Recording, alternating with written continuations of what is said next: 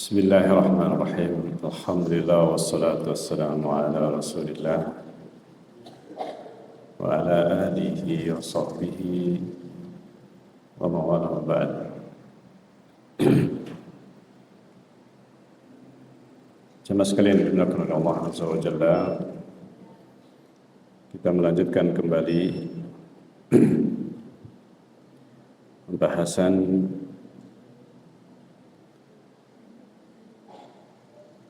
kitab Qawaidul Muwahhidin Syarh al-Arba'in fi Huquqi Rabbil Alamin.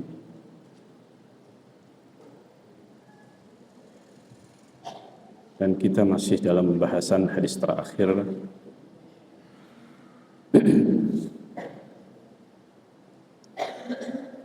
yaitu hadis yang penting, hadis yang ke-39, hadis yang membahas tentang peringatan Rasulullah SAW bahaya bid'ah, di mana Rasulullah SAW menyebutkan tentang bahayanya bid'ah dalam hadis Irbad bin Sariyah yang berisi wasiat Nabi SAW,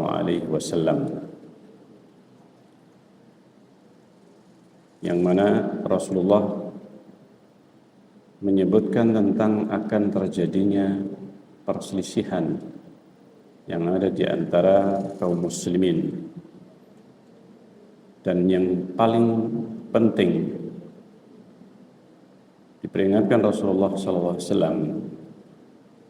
pada saat terjadi perselisihan, maka Rasulullah memperingatkan hati-hati jangan sampai ketika terjadi perselisihan mengikuti perkara-perkara baru, karena sungguhnya perkara baru yang ada dalam agama ini fa'innaha dhalalah, maka sungguhnya itu adalah sesat, dan barang siapa yang menemui di antara kalian hal tersebut, maka dia wajib berpegang teguh dengan sunnahku dan sunnah khulafa'ur rasyidin al-mahdiyyin min ba'di.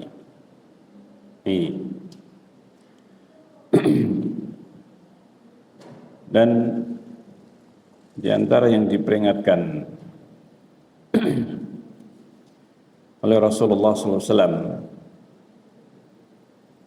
di dalam hadis ini yaitu bahayanya bid'ah. Dari hadis ini para ulama menyebutkan bahwa bid'ah lebih berbahaya daripada maksiat atau dosa-dosa besar yang lain. Disebutkan beberapa perkara yang menjadikan bid'ah itu lebih berat, lebih besar bahayanya daripada maksiat. Sebagaimana yang sudah disebutkan di dalam hadis yang lain bahwa Nabi SAW beliau bersabda,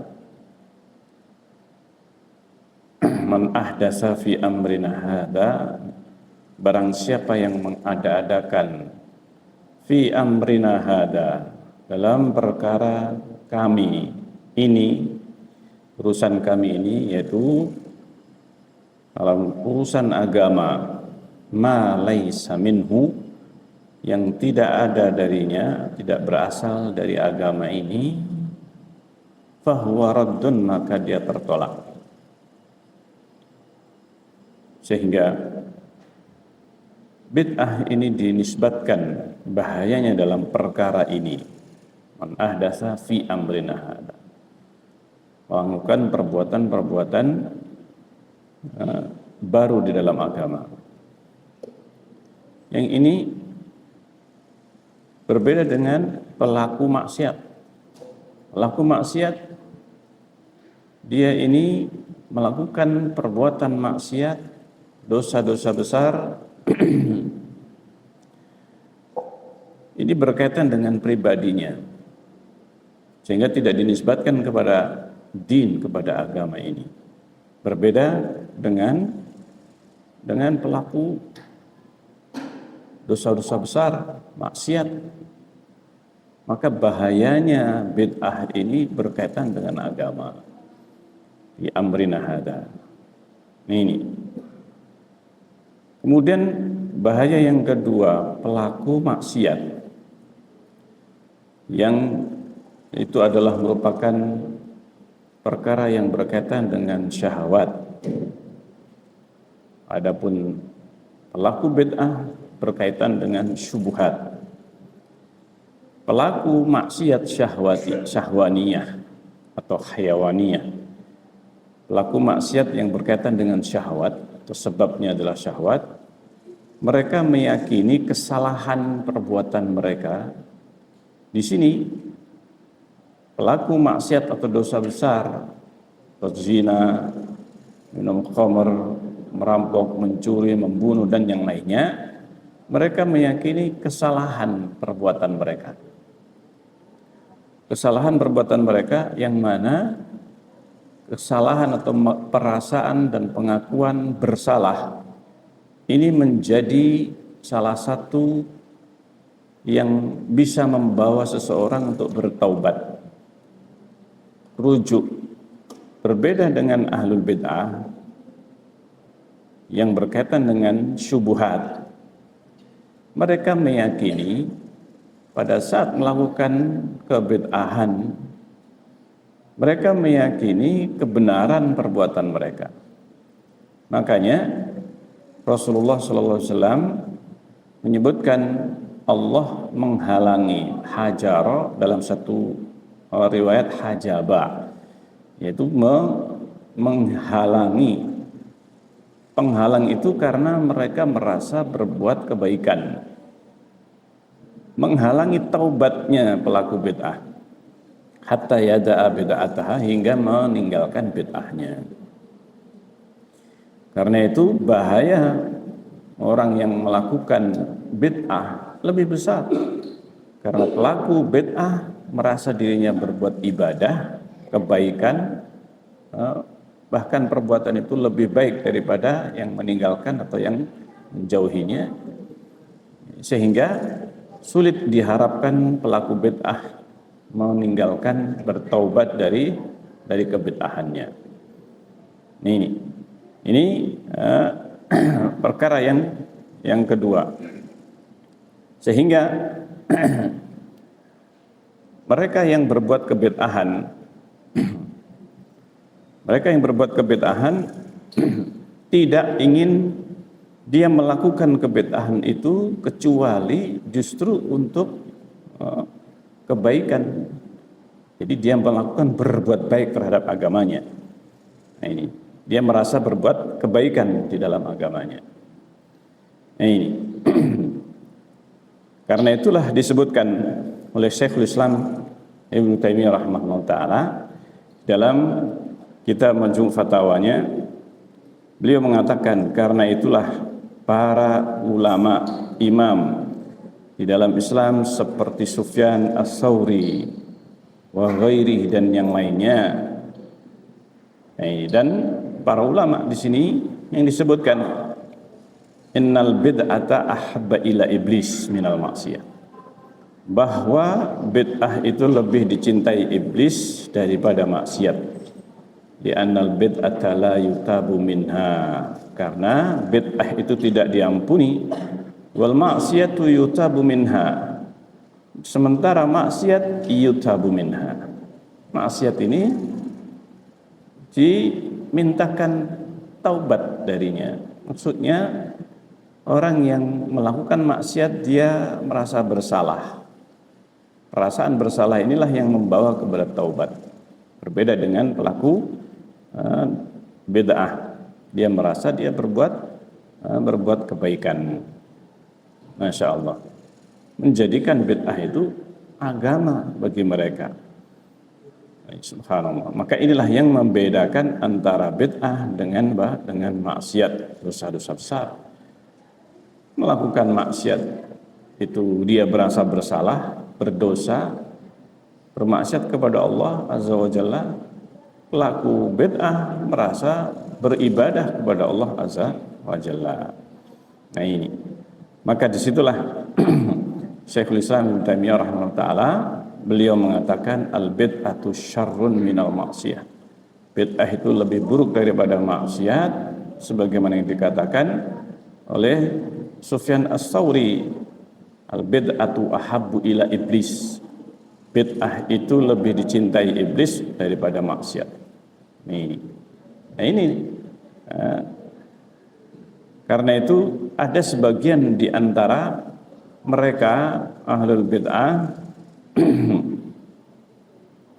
yang mereka melakukan kebid'ahan itu justru mereka mengatakan nahnu mutawwibun nas. Nah ini kita itu membuat orang bertaubat. Mereka melakukan bid'ah dengan mengatakan kita membuat orang bertaubat.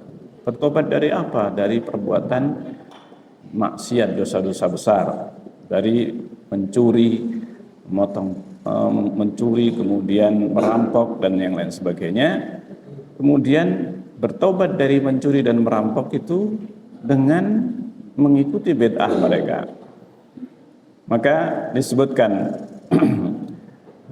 kata Sufyan atau kata sebagian salaf ketika mendengar jawaban ahlul bid'ah ini yang merasa membuat orang-orang ahlul maksiat bertobat dari perbuatan maksiatnya kepada amalan yang mereka ada-adakan.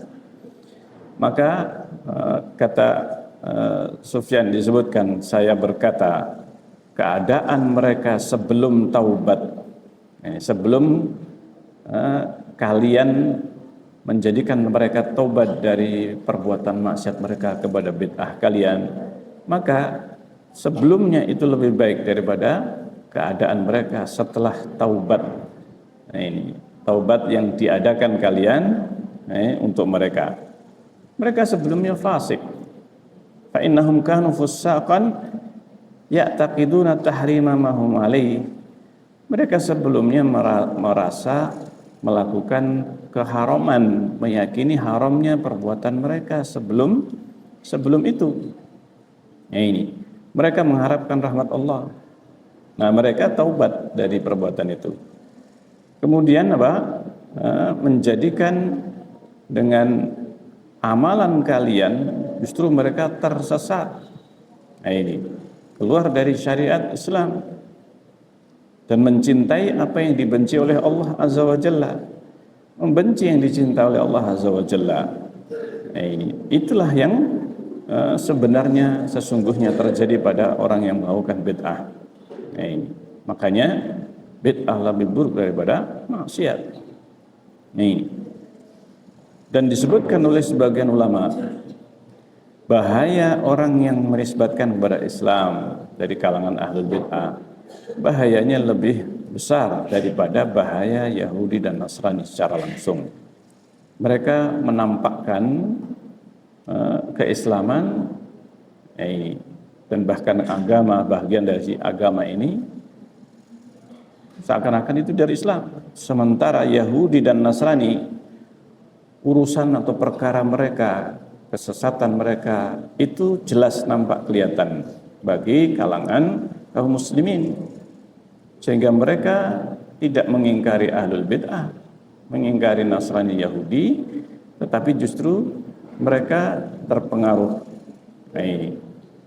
Makanya Fudail bin Iyad mengatakan, aklu ta'amil Yahudi wan Nasrani wala aklu ta'ama sahib bid'ah. Saya bisa saja makan makanannya Yahudi atau Nasrani, tapi saya tidak akan makan makanan, maksudnya sembelihannya orang ashabul bid'ah. Maka ini menunjukkan bahayanya ahlul bid'ah lebih besar. Nah ini karena syubhat yang ada pada mereka. Semoga kita dilindungi dari bahaya bid'ah yang apalagi berkaitan dengan bid'ah i'tiqadiyah, bid'ah yang merupakan bentuknya keyakinan. Dan ini yang paling berbahaya, ketika bid'ah itu justru mengeluarkan dari Islam dan menjadikan perbuatan ahlul bid'ah ini terjerumus dalam kesyirikan atau syirik besar, yang mana menjadikan sembelihan mereka tidak halal lagi. Sementara sembelihannya Yahudi dan Nasrani itu lebih halal atau bisa dimakan. Makanya sebagian ulama mengatakan, saya bisa saja makan sembelihannya Yahudi atau Nasrani, tapi saya tidak berani atau tidak mau makan sembelihannya ahlul bid'ah. Karena apa? Sebagian di antara ahlul bid'ah ini kebid'ahannya sudah mengeluarkan dari apa? Dari Islam. Ini yang bisa kita bahas dalam kesempatan kita kali ini. Semoga bisa bermanfaat bagi kita sekalian dan dijauhkan dari bid'ah yang kecil maupun yang besar. Dan kita akhiri sampai di sini. Subhanakallahumma rabbana bihamdik asyhadu an la ilaha illa anta astaghfiruka wa atubu ilaik. Assalamualaikum warahmatullahi wabarakatuh.